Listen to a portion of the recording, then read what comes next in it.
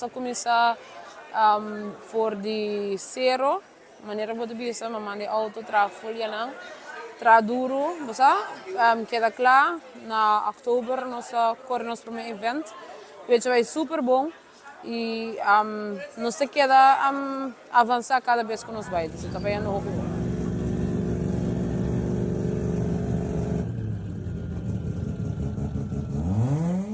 Doce minha tá algo novo também para mim. Se as hoje é de seis também, pero se tá um feeling que por explicar. Sowieso já não tá tique estranho com a regra não, dessa maneira como acaba correr 7 e 12 minha.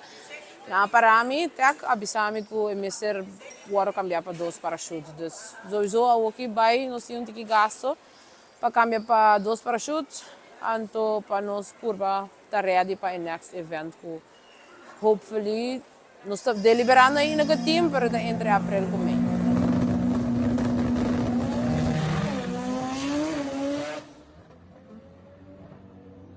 O trip aqui, não vai com mentalidade para nós ganhar, para nós ser campeão da categoria.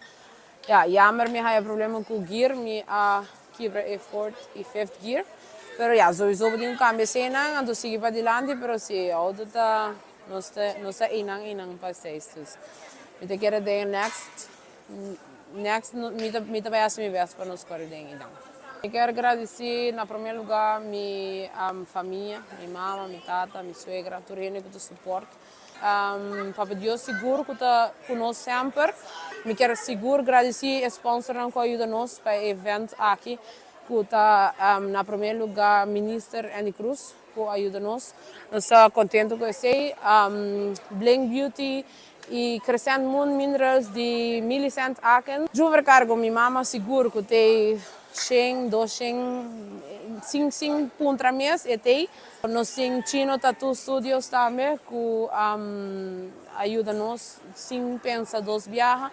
Então nós temos um sponsor na América também que é Kings Performance, que de dia ela é auto brommer, é todo louco e é um gente hopi humble. Então last but not least, o tuner, Elison Mercera que tem tour trip, Elison Mercera é doctor de aqui.